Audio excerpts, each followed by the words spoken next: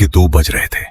Highway बिल्कुल सुनसान था और चारों तरफ सिर्फ गहरी जानलेवा ढूंढ फैली हुई थी। गाड़ी के अंदर आमिर और काशिफ मौजूद थे, मगर बाहर का सनाथा उन्हें अंदर से खाए जा रहा था। उन्हें खबर नहीं थी कि आज की रात उनकी जिंदगी की सबसे लंबी रात बनने वाली है। अचानक गाड़ी की हेडलाइट्स में सड़क किनारे कुछ नजर आया। एक औरत जिसने फटी हुई लाल साड़ी पहनी थी। उसके लंबे काले बाल उसके चेहरे पर गिरे हुए थे।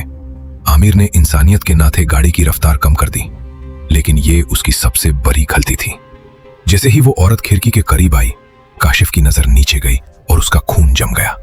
उस औरत का जिस्म तो सीधा था, लेकिन उसके पांव उल्टे थे, एड़ियां आगे और उंगलियां पीछे। ये कोई इंसान नहीं, ये सदियों पुरानी चुड़ैल थी। डर के मारे आमिर ने एक्सेलरेटर दबा दिया। गड्डी हवा से बातें करने लगी, लेकिन जब उन्होंने पीछे मुड़ कर देखा तो उनकी चीखें निकल गईं। वो चुड़ैल भाग नहीं रही थी, वो हवा में तैरती हुई उनकी गाड़ी का पीछा कर रही थी और उसके चेहरे पर एक शैतानी मुस्कुराहट थी। कुछ मील आगे उन्हें एक पुराना ढाबा नजर आया। वहां एक बुढ़ा आदमी चाय बना रहा था। दोनों ने सोचा कि यहां रुककर कुछ देर सुकून कर लें, लेकिन उस ढाबे की फिजा में कुछ अजीब सा बोझ था जो उन्होंने महसूस नहीं किया। बाबा जी ने खामोशी से चाय के 2 कप उनके आगे रखा है। काशिफ ने जैसे ही कप होंठों से लगाना चाहा, वो दहशत से कांप उठा।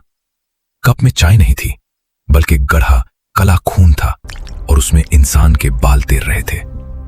खौफ के मारे उन्होंने ऊपर देखा तो वो बुढ़ा आदमी उनकी तरफ घूर रहा था, मगर उसकी आंखें नहीं थीं, सिर्फ खोखले गहरे थे। और ठीक उनके सर के ऊपर चट पर वहीं उल्टे पैरों वाली चुड़ैल उल्टा लटक कर उन्हें देख रही थी। वो चीखते हुए अपनी गाड़ी की तरफ भागे। हाथ पांव फूल चुके थे। आमिर ने चाबी घुमाई, मगर गड्डी स्टार्ट नहीं हुई। तभी ड्राइवर साइड की खिड़की पर एक खूनी हाथ चपा। शीशा टूटने की आवाज आई और फिर सिर्फ अंधेरा छा गया।